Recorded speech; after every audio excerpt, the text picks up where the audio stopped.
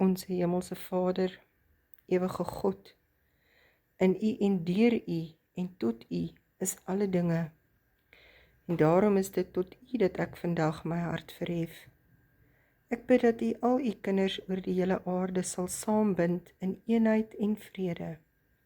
Saam met hulle, almal sien ek vandag op na U, vir hulp, vir wysheid, vir leiding.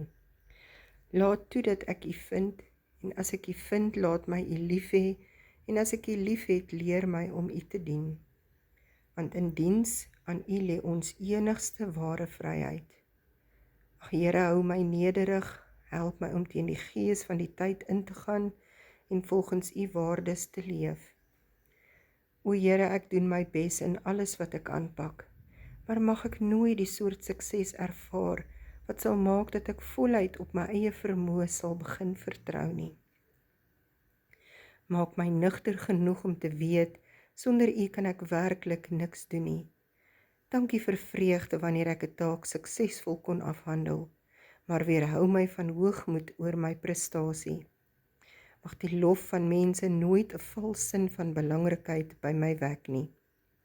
Ja, Here, verhoed tog dat enige prestasie my liefde vir U sal verminder.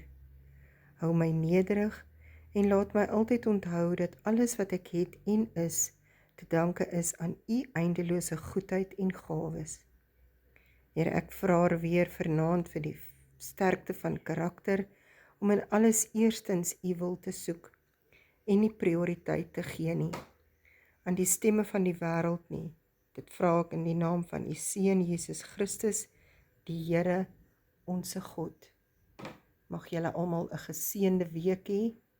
Mag hierdie week glad loop, bly in Jesus se skaduwee en mag julle sy teenwoordigheid elke dag tasbaar ervaar. Mooi aand julle. Bye bye.